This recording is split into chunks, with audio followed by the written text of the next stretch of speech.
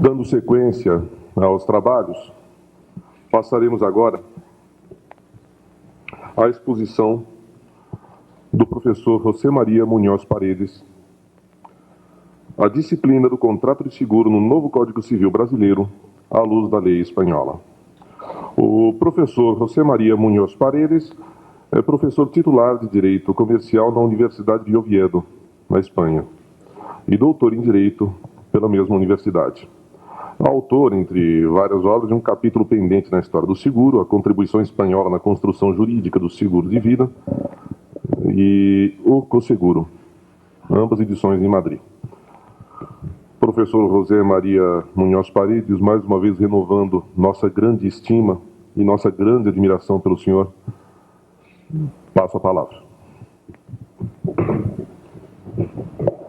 Señor presidente del Instituto Brasileño de Seguros, distinguidos colegas, señoras, señores.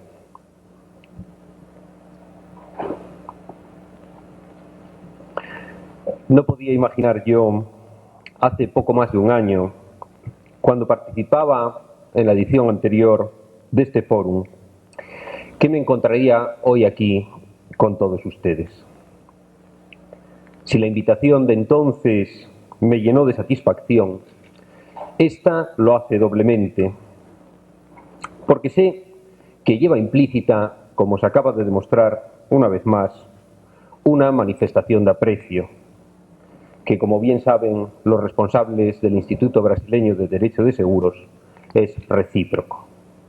Soy yo, evidentemente, quien está agradecido por todas las atenciones y también por esta nueva oportunidad de participar en las actividades del Instituto que están adquiriendo, por su buen hacer y especialmente por el buen hacer de su presidente, un prestigio que traspasa ya las fronteras de este país. Cumplido este sentido deber, paso a ocuparme del tema que tengo asignado. ¿Cuál es el análisis de la nueva disciplina del contrato de seguro en el Código Civil desde la experiencia, más que desde el texto, de la Ley Española de Contrato de Seguro de 1980? En realidad, como van a ver, no son más que unas reflexiones surgidas de la lectura de sus preceptos, que por razones de tiempo debo limitar a los aspectos que he estimado más relevantes, prescindiendo de aquellos que ya han sido convenientemente tratados, que son bastantes, y reflexiones que sin duda requerirían un conocimiento más detallado del derecho brasileño de seguros y de su mercado, del que obviamente carezco, como sabrán disculpar. En mi exposición, después de una breve valoración general del nuevo texto, voy a ocuparme de las tres secciones que dedica al contrato del seguro, por el orden que siguen en el propio código. Primero, las disposiciones generales, después las propias del seguro de daños y finalmente el seguro de personas. Les pido disculpas por no hacerlo en su lengua, como sería mi deseo. Lo primero que llama la atención de la nueva disciplina es el hecho bien notorio de que esté contenida en un código. Es de todos conocida la dificultad que conlleva la redacción de un código, especialmente en el campo del derecho privado, lo que ha llevado a la mayoría de los países europeos, con excepciones recientes como Holanda, a acometer la reforma de sus viejos códigos a través de leyes especiales que muchas veces no se integran en ellos, dando lugar a lo que conocemos como era de la descodificación. Por eso me maravilla que hayan logrado sacar adelante esta iniciativa y no me extraña que su aprobación haya llevado casi 30 años y que todavía hace un año en Porto Alegre algunas personas me manifestaran sus dudas de que finalmente llegara a entrar en vigor. El Código, además, ha sabido aprovechar los avances de la doctrina y la jurisprudencia y supone una gran renovación respecto al texto de 1916. Ciertamente, el tiempo pasado desde la redacción del proyecto hasta su aprobación definitiva hace que nazca anticuado en algunos aspectos, pues son muchos, muchísimos los cambios experimentados en la sociedad en estos años, si bien esto no empaña la labor realizada. Finalmente, he de destacar el carácter unitario del derecho de obligaciones, ejemplo que deberíamos seguir todos los países que mantenemos doble régimen. Si bien parece que Brasil ha seguido un camino peculiar, pues según escribe el profesor Reale, aquí se impusieron las normas civiles frente a las mercantiles, cuando en la mayoría de los países, y en concreto en España, son las mercantiles las que predominan en la conocida mercantilización o comercialización del derecho civil. No obstante estas virtudes, es de lamentar que el carácter unitario no haya sido llevado hasta sus últimas consecuencias y que junto al Código convivan numerosas disposiciones de variado rango que en lo que a nosotros nos interesa regulan aspectos contractuales del seguro y, lo que es más importante, que sigan vigentes las disposiciones del Código de Comercio y, de nuevo por lo que aquí respecta, su anticuada regulación del seguro marítimo. Por otra parte, de la lectura del nuevo Código saco la impresión de que el legislador brasileño algunas veces fue excesivamente riguroso en su decisión de incorporar al Código únicamente aquellos principios básicos que no fueran objeto de discusión doctrinal y que además tuviesen precisamente ese carácter de generales o básicos, y prescindiera de aquellos otros que por su especialidad o por las discusiones que sobre los mismos se planteaban no le parecía por contra conveniente incluir. Ello ha motivado que la disciplina del contrato de seguro, como ya se ha puesto de manifiesto reiteradas veces por quienes me han precedido en el uso de la palabra, sea extraordinariamente parca en comparación con las leyes vigentes en otros países, muchos de ellos con mercados aseguradores muy por debajo del brasileño.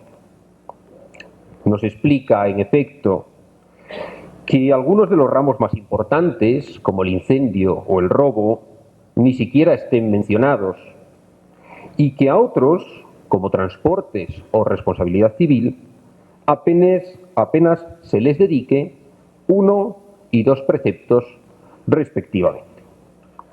Comprendo, en cualquier caso, que de haber seguido otro criterio, probablemente el nuevo código no habría llegado a aprobarse nunca. Sería, pues, deseable que el esfuerzo hecho no quedase aquí y que se completase la disciplina del Código Civil, bien insertándola en el mismo código, siguiendo el ejemplo italiano, bien a través de una ley de contrato de seguro, a semejanza de la alemana, la francesa o la española, por citar solo algunas. Una ley que incorpore toda la legislación hoy dispersa y ofrezca una regulación completa de esta figura, tal como preveían los redactores del Código. Igualmente, sería necesario proceder a la reforma del derecho del seguro marítimo, proceso este que también estamos acometiendo en España, la vigente es de 1885, donde hace pocos días, apenas una semana, se presentó el anteproyecto de ley llamado a derogar esta parte de nuestro Código de Comercio. Y dicho esto, paso sin más a exponer mis reflexiones sobre las normas en examen, comenzando por las generales. El primer tema del que quiero ocuparme es el propio concepto de contrato de seguro, dejando de lado, eso sí, su carácter conmutativo que ya ha sido ampliamente tratado. Todos sabemos lo que es el seguro. Sin embargo, su definición es tan compleja que incluso algunas leyes, como la propia francesa o la suiza, han evitado incluir una. Más complejo aún es elaborar un concepto unitario que englobe a todos los seguros, como el valientemente propuesto por el legislador brasileño. Al definir el seguro en base a la noción de interés, el nuevo código se inclina por la llamada concepción unitaria. Como se sabe, la doctrina, en líneas generales, está dividida entre quienes consideran que todos los seguros responden a una base indemnizatoria y que, por tanto, el interés asegurable es requisito común a los seguros de vida y a los de daños, y por otro, quienes niegan que el seguro de vida sea un contrato indemnizatorio y, en consecuencia, afirman la irrelevancia del interés en este tipo de seguros, al menos tal como lo entendemos para los seguros de daños. Modernamente, hay incluso quien propone, como el fallecido Gian Guido Scalzi, una concepción pluralista por la variedad tipológica hoy existente. Pero dejemos esta postura al margen porque apenas tiene influencia en la noción de interés. Y centrémonos en las dos tradicionales. En mi opinión, y ya les adelanto que es una opinión debatida, la concepción unitaria, aunque acertada en los orígenes medievales del seguro, no puede mantenerse hoy, vista la evolución de los seguros de vida y los llamados vida inversión. Lo cual, también a mi juicio, hace imposible lograr un concepto que, en base a la noción de interés, englobe también a los seguros de vida o capitalización. No pretendo, aunque quizá lo esté haciendo, detenerme yo en un tema tan complejo como el del interés en el seguro, que va a ser objeto además de dos ponencias muy autorizadas en este foro. Tan complejo que algunas leyes modernas, como la israelí de 1982, han preferido prescindir de él y no lo emplean ni para el seguro de daños. Sí quiero destacar, aunque sea brevemente, que con este concepto el legislador brasileño no ha logrado plenamente sus objetivos. De entre todas las definiciones de interés, quizá la más perfecta sea la del alemán Viktor Ehrenberg, según el cual es la relación en cuya virtud una persona puede sufrir un daño en su patrimonio por un hecho previsto en el contrato de seguro. Este interés, que no solo es relativo a cosa, como dice el código, pues entonces no entrarían en él los seguros de pasivo como el de responsabilidad civil, a no ser que entendamos que el patrimonio es una cosa. Este interés, digo, es evaluable económicamente, como lo es también el daño que pueda sufrir a consecuencia del siniestro. Si pasamos a los seguros de vida, observamos que en ellos el interés es totalmente distinto. En primer lugar, la ley, como la española, tiene en cuenta en el artículo 790 el interés del tomador o contrayente sobre la vida del asegurado y no el interés del beneficiario, que es quien va a recibir la prestación. Examina, además, el interés existente al tiempo de contratar el seguro y no justo antes de producirse el siniestro. Por otro lado, ese interés no tiene contenido económico, sino puramente afectivo o social. Y en la mayoría de los casos, en nuestra ley está previsto de forma expresa, se suple con el simple consentimiento del asegurado. Finalmente, el siniestro en estos seguros no tiene por qué ser dañoso, como ocurre en los de vida para caso de supervivencia. Y aunque sea de los que la mayoría, pero no todos, consideramos dañosos, como la muerte, la misma puede no causar ningún perjuicio económico al interés del tomador o del beneficiario, y aunque lo causara, ello no influiría en la cuantía de la prestación de la aseguradora. En conclusión, puedo decir que el interés en los seguros de vida es totalmente distinto del propio de los de daños. Y en mi opinión, no se diferencia del que podemos ver en otras figuras como la inversión o el propio ahorro. El seguro de vida, pues, no garantiza el interés del proponente relativo a una persona, sino que simplemente abona una prestación al beneficiario que se fija libremente con independencia de su interés en la vida o en la supervivencia y del valor que pudiera tener ese interés. En definitiva, para que esta definición englobe al seguro de vida, hay que manejar un concepto de interés tan amplio que tienen cabida en ella otras figuras. Y si mantenemos un concepto estricto, que es el que verdaderamente se impone, sobre todo por el empleo del término garantizar, el mismo excluye a los seguros de vida. Sentado a esto, paso a ocuparme de algunas disposiciones generales que estimo dignas de especial atención. El nuevo Código Civil sigue la tendencia de todas las leyes modernas, incluida la española, y considera, a mí me ha parecido claro, que el contrato de seguro se perfecciona por el simple consentimiento de las partes.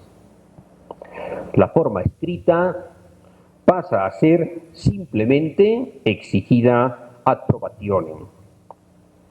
Ahora bien, tal como está redactado, el artículo 758 parece dar a entender que los únicos modos de probar la vigencia del seguro son la póliza o billete y el recibo de la prima, lo cual carece de sentido, pues siendo el contrato consensual, no debe descartarse que se pueda probar su existencia por cualquier otro modo admitido en derecho.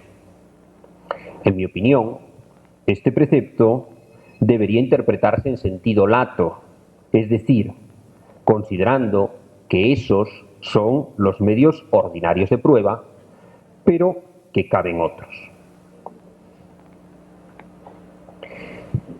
Conforme al precepto siguiente, la emisión de la póliza deberá ser precedida por una propuesta escrita con la declaración de los elementos esenciales del interés a garantizar y del riesgo.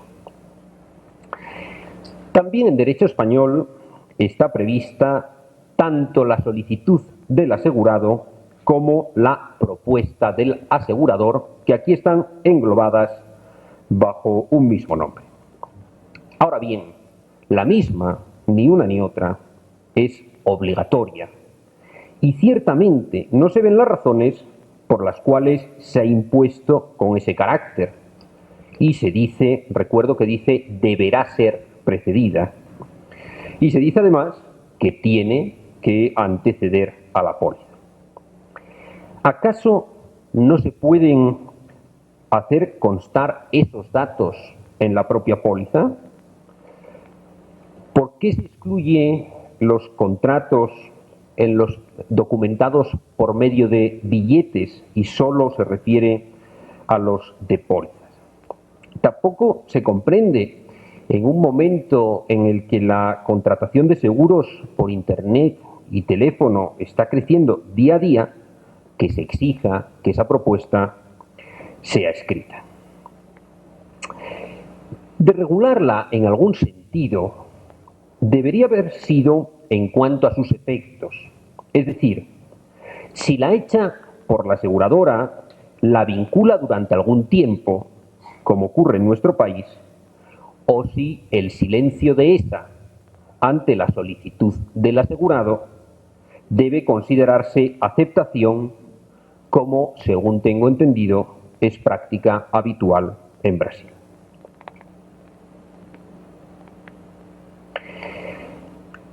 El artículo 761, relativo a la documentación del contrato suscrito en coaseguro, merece ser bien acogido y supondrá sin duda la desaparición de la práctica tan difundida del mal llamado coaseguro interno, en el que el asegurado contrata con un solo asegurador, quien, sin saberlo aquel, reparte la cobertura con otras compañías.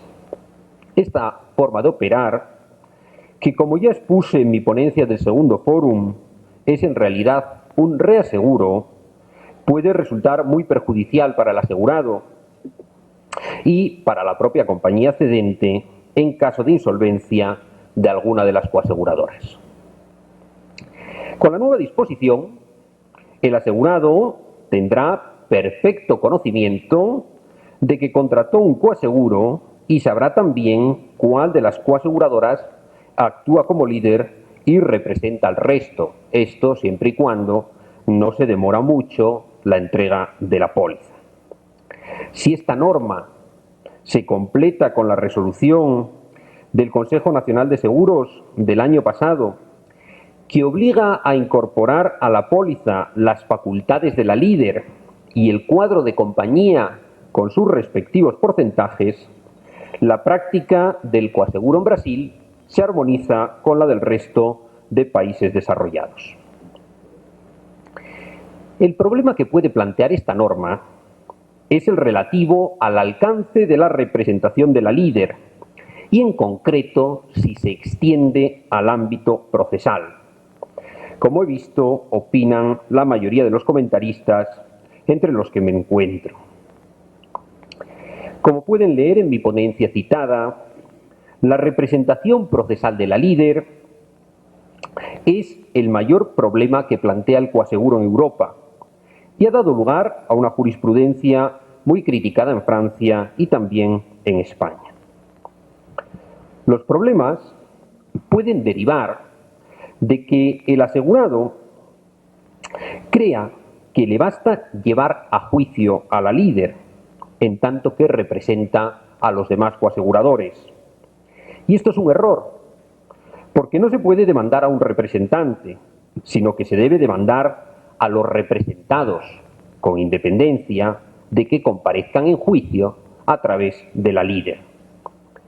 De otro modo, si se dirige la reclamación judicial solo contra la líder en nombre propio, la misma únicamente podrá ser condenada a la cuota de cobertura por ella asumida, dado que no hay responsabilidad solidaria, mientras que las otras compañías, al no haber sido parte en el pleito, no podrán ser condenadas. Entre las demás disposiciones generales, encontramos otras que en realidad, en mi opinión, deberían estar dentro de la sección relativa a los seguros de daños o prever excepciones expresas para el de vida. Y esta defectuosa colocación puede ocasionar dificultades interpretativas no desdeñables. Así, el artículo 763, que establece que el asegurado no tendrá derecho a la indemnización si estuviese en mora en el pago de la prima, no es aplicable a los seguros de vida y en particular a los de vida para caso de muerte, donde entraría en juego la reducción o el rescate del seguro por aplicación del artículo 796. Este precepto no priva al asegurado de la prestación, sino que tendría derecho a la prestación reducida en atención a las primas ya pagadas o al rescate del seguro, según se hubiese pactado. El artículo 763, por tanto, solo es aplicable al seguro de vida individual respecto a la primera prima, pero no respecto a las sucesivas, de modo similar a lo que sucede con el artículo 15 de la ley española. El impago de estas, insisto, daría lugar al rescate o a la reducción. La norma, por otra parte, como ya se expuso aquí, puede resultar demasiado rigurosa. Lo mismo pasa con las disposiciones relativas a la disminución y al agravamiento del riesgo, que al igual que en la ley española, aparecen colocadas entre las generales cuando son más bien propias de los seguros de daños. El asegurado de vida no tiene que declarar a la compañía vigente el contrato que ha contraído una enfermedad grave, y si lo hiciera, eso no daría lugar a una mayor prima, ni posibilitaría la resolución del mismo por la compañía merced a esa agravación del riesgo. Lo único que podría considerarse que está obligado a declarar son aquellas circunstancias externas, cambio de profesión, práctica de deportes arriesgados, etcétera, susceptibles de aumentar el riesgo de fallecimiento o accidente. Pero esto está excluido en gran parte por el artículo 799 del propio Código, que obliga al asegurador a responder aun cuando la muerte o invalidez deriven de la utilización de un medio de transporte más arriesgado, de la prestación del servicio militar, de la práctica deportiva o de actos de humanidad en auxilio de otros. Lo mismo puede decirse de tratar de aminorar las consecuencias del siniestro cuando hablamos de seguros de vida, lo cual puede plantear problemas serios a las compañías si los asegurados tratan de repercutirles los gastos de salvamento, las operaciones, por ejemplo, quirúrgicas a las que se sometan para evitar esa muerte. Idéntica postura debe mantenerse, en fin, de la posibilidad de pactar la reposición de la cosa en lugar del pago de la indemnización en dinero. Esta es una norma que solo tiene sentido en los seguros indemnizatorios, en los que la compañía está obligada a reparar el daño, pero no en los de personas, en los que no es posible tal reparación, ni mucho menos la reposición. El término cosa, obviamente, indica ya, por desgracia, que no es aplicable a los seguros de vida. La norma, además, tampoco tiene mucho sentido. La reposición de la cosa está hoy muy difundida, pues suele resultar más cómoda para el asegurado, que se evita todos los trámites, busca de personal o de empresas que realicen la reparación, de materiales, etcétera, tendentes a restaurar el interés dañado, a la par que asegura que la indemnización pagada efectivamente indemniza, pues el daño queda reparado, lo que puede no ocurrir si difiere la valoración de la compañía con la que luego nos da la empresa o profesional a la que encarguemos la reparación o la adquisición del bien perdido, o si se demora el pago de esa reparación respecto al momento en el que recibimos la indemnización pese a las cláusulas de actualización monetaria. Esas ventajas, además, son más notables en épocas de variaciones notables del valor de moneda, como la que, por desgracia, atraviesa Brasil. De ahí que, en mi opinión, quizá hubiera sido más práctica establecer como regla general la contraria, con las necesarias garantías, o simplemente dejarlo a la libre elección del asegurado.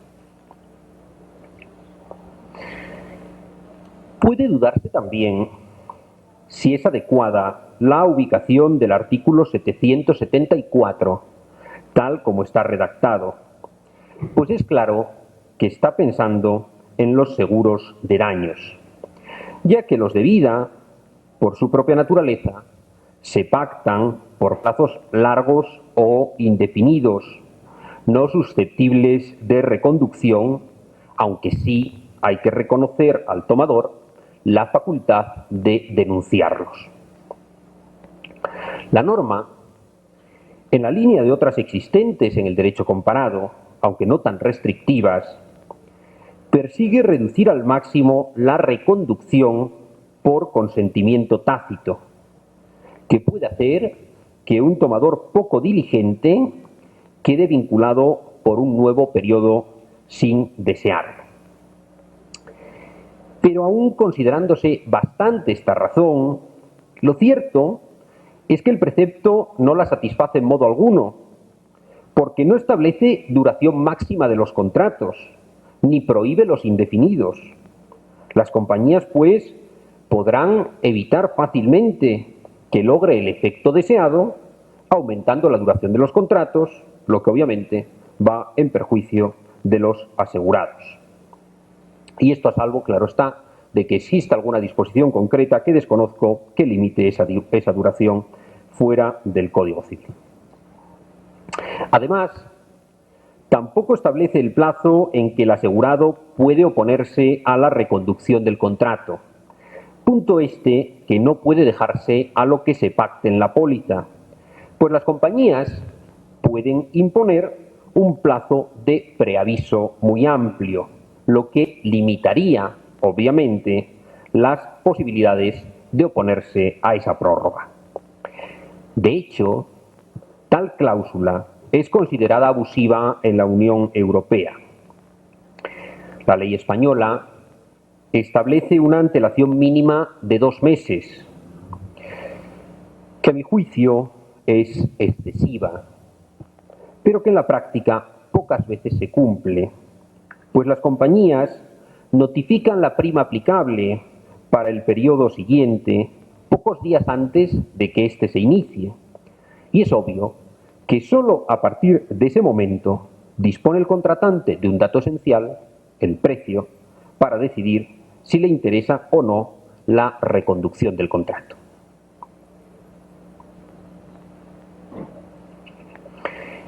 Paso a ocuparme de las disposiciones relativas a las 2 modalidades del contrato de seguro. Con carácter previo, he de decir que no considero acertado el criterio seguido por el nuevo Código para dividir sus secciones, aunque es el mismo de la ley española.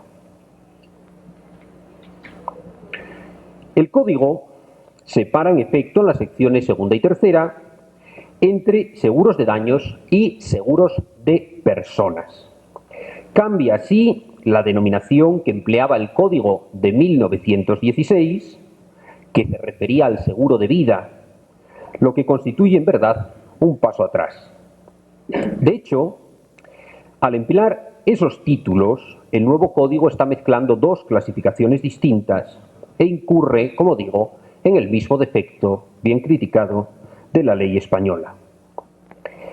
Una división tradicional de los seguros distingue, en efecto, entre seguros de cosas y seguros de personas, en atención al objeto sobre el que recaen. La misma, sin embargo, no puede aplicarse para estos fines, pues no tiene en cuenta el dato jurídico fundamental que separa los dos grandes tipos de seguros, y que no es más que si se aplica o no el principio indemnizatorio. Este dato, el que en unos seguros se aplique el principio indemnizatorio y pueda fijarse objetivamente el valor del interés y del daño, y no en los otros, es el que obliga a regularlos separadamente. El problema surge porque, como todos sabemos, hay seguros de personas a los que se aplica el principio indemnizatorio y que, por tanto, son seguros de daños, como es el caso del seguro de decesos, que paga exclusivamente los gastos de sepelio, y el de asistencia sanitaria, que abona igualmente el coste de esos servicios. A ambos son de aplicación las normas sobre correspondencia entre el valor del interés y la suma asegurada, así como la prohibición de asegurar el mismo interés con varias compañías, entre otras normas propias de los seguros de daños, eso sí, con alguna peculiaridad. La división correcta es la que emplean las directivas de la Unión Europea y otras muchas leyes, que distingue entre seguros de daños y seguros de capitalización o de sumas. Ese, seguros de vida, es el título que debió emplear el legislador para la sección tercera. Así, se habría evitado la incoherencia de tener que decir en su artículo 802 que las disposiciones de esa sección no se aplican a los seguros que cubren el reembolso de gastos hospitalarios o de tratamiento médico, ni a los de gastos de luto y funeral del asegurado, pese a ser ambos seguros de personas.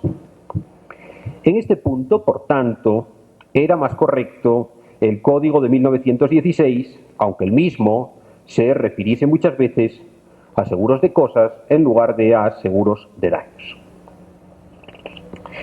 Entrando ya en las normas específicas de los seguros de daños, encontramos que las mismas siguen fieles a los principios tradicionales de estos seguros, y así, tras declarar el artículo 778 que la garantía no puede superar el valor del interés al tiempo de la contratación, el artículo 781 dice, en términos absolutos, que la indemnización no puede superar el valor del interés asegurado al tiempo del siniestro. Esta norma está en franca contradicción con la difusión creciente del seguro a valor nuevo en todo el mundo. Esto es, de aquel que, despreciando dentro de ciertos límites la pérdida de valor del bien por el paso del tiempo, paga la indemnización que correspondería a un bien nuevo. Este tipo de garantía, como digo, está hoy difundidísima por motivos de todos conocidos, hasta el punto de que en bastantes países, entre ellos España, la cobertura habitual en los seguros de daños es la de valor de nuevo y no la del valor del interés antes del siniestro. Dicho precepto, por tanto, debe ser interpretado en términos flexibles que permitan la práctica del seguro a valor nuevo. Anclado también en el pasado se halla el artículo 783, que prevé la regla proporcional en caso de infraseguro, cuando hoy en Brasil, según tengo entendido, es comúnmente derogada, pactándose la cobertura a primer riesgo. Al menos este artículo, y eso supera la crítica, admite el pacto en contrario. También clásica es la disposición que prohíbe el seguro doble, es decir, el seguro del mismo interés por el mismo tiempo y contra el mismo riesgo, que podría dar lugar a un enriquecimiento injusto del asegurado.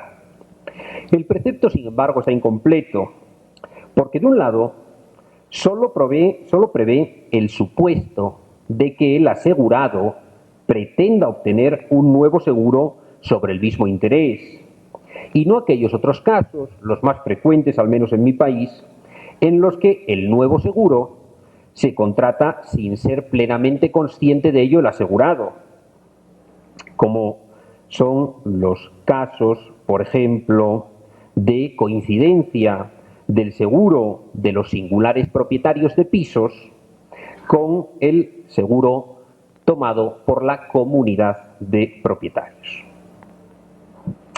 Un defecto similar aparece en el artículo correlativo de la ley española que exige identidad de tomadores cuando quien sea tomador es naturalmente indiferente.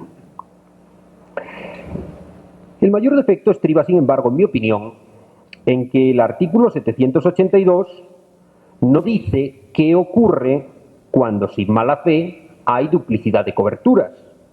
Es decir, trata de evitar el problema, pero no lo soluciona cuando surge. Sin duda, hay que establecer la contribución proporcional de las compañías, pero esto debería estar claramente fijado en el código según mi criterio. Por lo que respecta a la subrogación, prevista en el artículo 786, deben hacerse tres puntualizaciones. La primera es que tampoco debería entrar en juego la subrogación si el causante del daño, sin ser cónyuge, descendiente, ascendiente, consanguíneo o afín, es una persona cuyos actos dan lugar a responsabilidad del asegurado, como es el caso de los tutelados, de los empleados y los demás previstos en el artículo 932, párrafos segundo, tercero y cuarto del propio Código Civil. Y en general, en todos aquellos en que su ejercicio perjudique al asegurado, pues ello va contra el fin perseguido por el seguro. La segunda es que, pienso yo, debería admitirse la subrogación contra esas personas, incluso contra el cónyuge y los familiares, en la medida en que su responsabilidad estuviera cubierta por otro seguro, por un seguro de responsabilidad civil, pues ahí se evita ese perjuicio indirecto para el asegurado. Finalmente, no se regula qué ocurre si el asegurador no indemnizó todo el daño que sufrió el asegurado y ambos, perjudicado y asegurador, concurren en el ejercicio de acciones contra su causante. La ley española dice que repartirán lo obtenido en proporción a su interés, pero podría establecerse otra norma, dando prioridad a la reclamación del asegurado, por ejemplo, como proponen algunos autores. No quiero extenderme más allá del tiempo que tengo concedido, de modo que a los seguros de personas voy a detenerme muy brevemente en tres cuestiones y dejo ya otras de los seguros de daños que han sido objeto de reiterada atención, como la acción directa. Con carácter general, he de señalar que estas normas, que esta sección, está pensada casi exclusivamente para el seguro de vida para caso de muerte y que apenas tiene en cuenta, pese a su difusión, el seguro para caso de supervivencia o el de accidentes. La primera es la relativa al beneficiario. Las normas de designación son similares a las de la ley española, pero me plantean algunas dudas. La fundamental deriva de la desaparición del artículo 1474 del viejo código, muchas gracias, que impedía designar beneficiario a quien no pudiera recibir donación del asegurado. Parece, pues, establecerse la libre designación de beneficiario. Esto choca, sin embargo, con la referencia del artículo 793, según el cual puede designarse como beneficiario al compañero si el asegurado está separado legalmente. Si, como parece, pues, puede designar a cualquier persona, ¿por qué no vas a poder designar al compañero, aun cuando no exista separación legal? ¿O es que no es entonces libre la designación de beneficiario? Este es un tema que debe ser aclarado y quizás puedan hacerlo ustedes hoy, porque se deba a desconocimiento mío. La ley española, para proteger, como sin duda creo hay que hacerlo, los legítimos intereses de los herederos o de la familia en general, mas no solo frente a la pareja de hecho, permite a los herederos reclamar al beneficiario el importe de las primas abonadas por el asegurado, del mismo modo que lo establecen otras legislaciones. Después, me llama la atención que, a falta de designación expresa de beneficiario, la ley haga un reparto distinto del que corresponde a la herencia. No entiendo por qué ese capital no se integra directamente en el patrimonio hereditario, sino que se establece un criterio distinto que puede ocasionar, pienso yo, problemas cuando el cónyuge sea también heredero, como puede ocurrir. Los derechos a reducir o rescatar el seguro de vida son de tal trascendencia que sería deseable una mayor atención de la ley a estos aspectos. De la regulación, extraña que no se excluya, al menos salvo pacto en contrario, su aplicación a los seguros para caso de supervivencia y a los temporales para caso de muerte, en los que, dejando aparte razones actuariales, el rescate permitiría al asegurado que ve que no va a alcanzar esa edad o que, al revés, no va a fallecer dentro del periodo cubierto, recuperar parte del capital. Las pólizas podrán suplir este defecto reduciendo al máximo esos valores. Por otra parte, tal como está redactado, hace surgir la duda de si el asegurado puede ejercitar esos derechos en todo momento, o si es lícito el establecimiento por las compañías de un plazo de carencia, que la ley española fija en un máximo de 2 años. Además, el precepto parece dejar al contrato, o lo que es lo mismo, a las aseguradoras, la decisión de si opera el rescate o la reducción, lo que creo yo debería ser una opción del asegurado.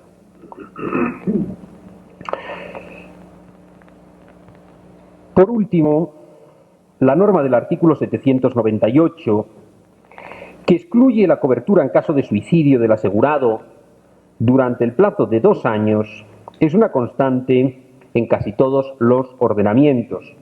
En la ley española, aunque el detalle, la diferencia es accidental, el plazo previsto es de solo 1 año. Su finalidad, obviamente, es evitar actuaciones fraudulentas por parte de quienes tienen decidido quitarse la vida y contratan poco antes un seguro. Ahora bien, para que el precepto cumpla esa finalidad, es preciso definir con claridad el suicidio, como ha hecho alguna sentencia que conozco brasileña, y no entender por tal todo caso en el que el asegurado se quita la vida, sino solo aquellos en los que es dueño de sus actos, pues solo en tales casos existe riesgo de fraude. La ley española, siguiendo una jurisprudencia muy estable, entiende por suicidio, a estos efectos, la muerte causada consciente y voluntariamente por el asegurado, y no aquellos otros supuestos en los que, por el motivo que sea, tiene alteradas sus facultades volitivas. De nuevo, la poca concreción del precepto hace surgir la duda de si resulta de aplicación también al seguro de accidentes. Quedan sin duda otras muchas cuestiones interesantes, como por ejemplo la relativa al seguro de grupo, pero habrán de quedar para otra ocasión. Concluyo. El Código supone un punto de partida, un gran punto de partida, pero no un punto de llegada. El esfuerzo ha de continuar, y no solo en vía interpretativa, sino en la redacción de esa ley especial que tienen prevista y que espero podamos comentar en el próximo foro. Es todo. Muito obrigado.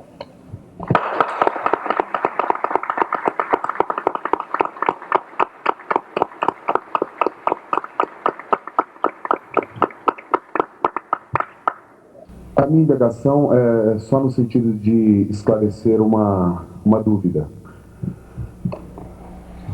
Parece-me que quando o Código destaca que a garantia se dá ao interesse legítimo e no artigo 781 estabelece que a indenização não pode ultrapassar o valor do interesse segurado no momento do sinistro,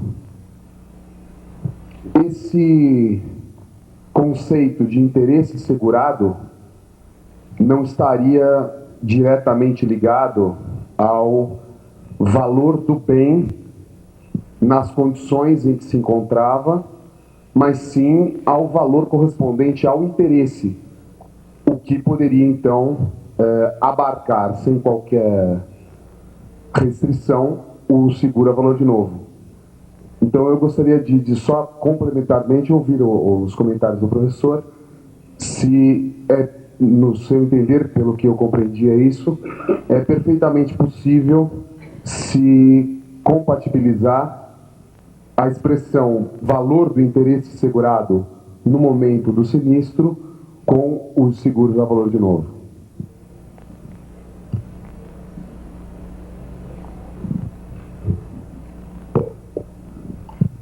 Gracias. La interpretación que propone, desde luego, es perfectamente lícita y, de hecho, cuando se empezó a practicar el seguro a valor nuevo y se discutió, una discusión ya muy superada, su legalidad, es decir, si no infringía precisamente estas normas imperativas en la mayoría de los ordenamientos, se decía que ese valor del interés podía ser distinto al simple valor de la cosa antes del siniestro, al valor de reposición de esa cosa vieja, porque obviamente el que sufre un daño en su coche pues no puede obtener la reparación con chapa vieja o con pintura vieja, o si se te rompe un faro que tiene 2 años, es muy difícil encontrar un faro, y en fin, a la compañía posiblemente le costará más encontrar un faro que se halle exactamente en la misma situación que estaba el tuyo antes del siniestro. No obstante, pienso yo que en un código que entra en vigor en 2003, en el código más moderno que hoy tenemos en todo el mundo, debería entrar ya, frente a esta concepción, que en definitiva es la misma que está en las ordenanzas de Barcelona de 1435, deberían entrar con mayor claridad estos principios. Sin perjuicio, obviamente, de que con buena voluntad podamos interpretarlos y no vayamos a decir ahora, de repente, que el seguro a valor nuevo que practicamos está prohibido por la ley. Nada más.